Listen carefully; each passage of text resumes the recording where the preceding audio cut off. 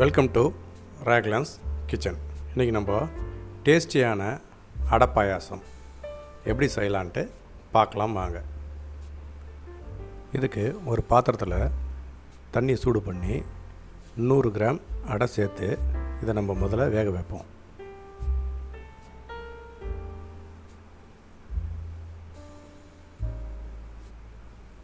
இதை நம்ம ஃபஸ்ட்டே வேக வச்சுப்போம்.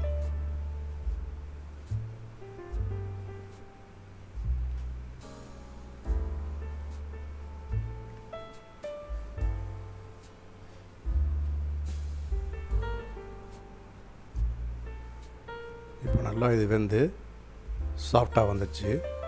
இந்த சமயத்தில் நம்ம இதை பச்சை தண்ணியில் நல்லா 2 தடவை அலசி இதை தனியாக நம்ம எடுத்துக்கணும். இப்போ தனியாக நம்ம எடுத்தாச்சு. இதை தனியாக வச்சுருவோம். இதுக்கப்புறம் ஒரு பேனில் 4 ஸ்பூன் நெய் விட்டு முந்திரி திராட்சை ஒரு 25 கிராம் ஆட் பண்ணி நம்ம இதை ஃப்ரை பண்ணிப்போம்.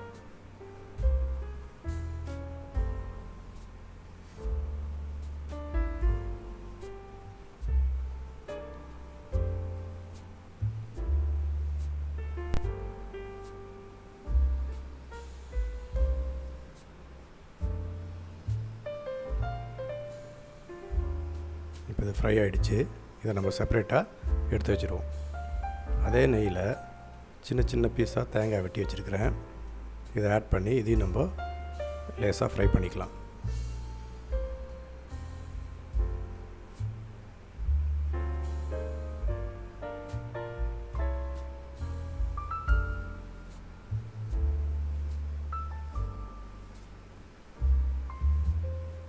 இதுவும் ஃப்ரை ஆகிடுச்சு.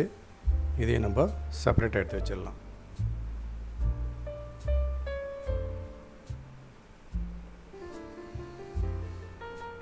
இதுக்கப்புறம் ஒரு தவா எடுத்து 200 கிராம் வெல்லம் சேர்த்து 1 டம்ளர் தண்ணி ஊற்றி இதை நம்ம கரைச்சிக்கலாம். முதல்ல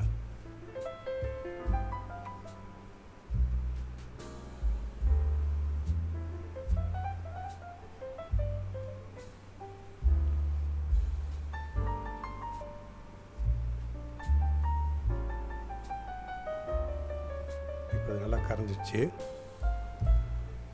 தூசிலாம் எடுக்கிறதுக்காக இதை நம்ம வடிகட்டிப்போம்.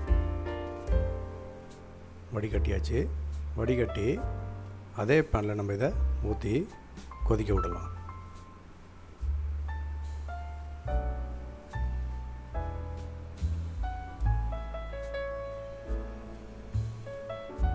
இப்போ நல்லா கொதிக்குது. இந்த சமயத்தில் நம்ம எடுத்து வச்சுருக்கிற அடையை இதில் போட்டு அதையும் இதோடு சேர்த்து வேக வைப்போம்.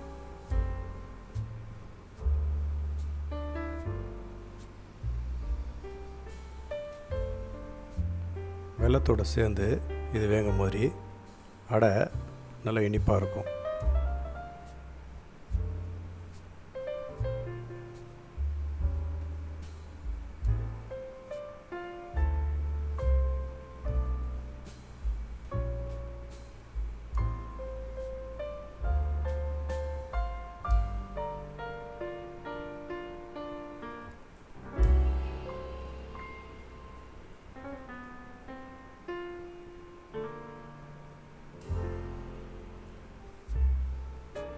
இந்த சமயத்தில் நம்ம ஜவ்வரிசி ஆட் பண்ணிக்கலாம்.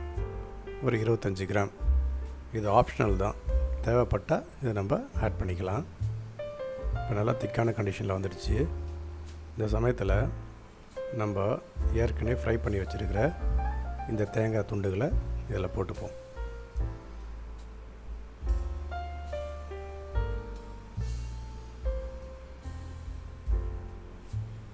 இதையும் இதோடு சேர்த்து நல்லா மிக்ஸ் பண்ணி கொஞ்சம் வேக விடுவோம்.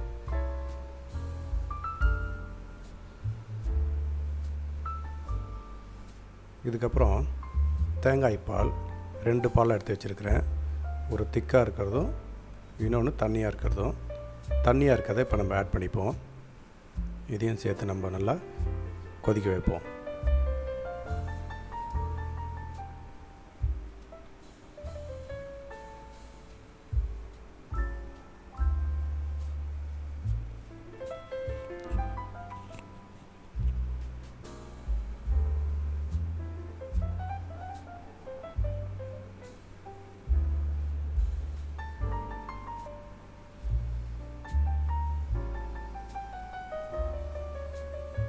இப்போ நல்லா வெந்து கெட்டியாகி வந்துடுச்சு.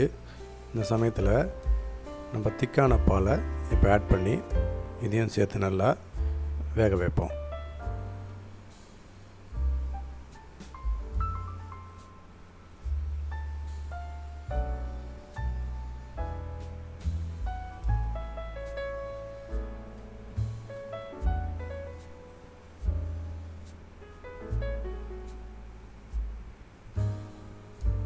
இதுக்கப்புறம் நம்ம ஏற்கனவே வறுத்து வச்சுருக்கிற திராட்சை முந்திரி ஆட் பண்ணி இது கூடவே நம்ம ஏலக்காய் தூள் கொஞ்சம் போல் ஆட் பண்ணி இதையும் நல்லா மிக்ஸ் பண்ணி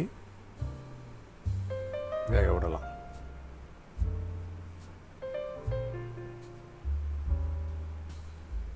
சுவையான பாயாசம் ரெடி ஆகிட்டே இருக்குது.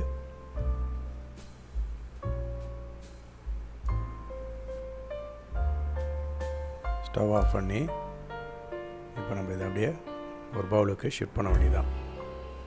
பாயாசம் ரெடி. நீங்களும் இந்த அடை பாயாசத்தை வீட்டில் செஞ்சு பார்த்து பிடிச்சிருந்துச்சுன்னா சேனல் லைக் பண்ணுங்கள், சப்ஸ்கிரைப் பண்ணுங்கள், மறந்துடாமல் பெல் பட்டனை ப்ரெஸ் பண்ணுங்கள். இனி வரும் சமையலில் சந்திப்போம். ராக்லான்ஸ் கிச்சன். தேங்க்யூ.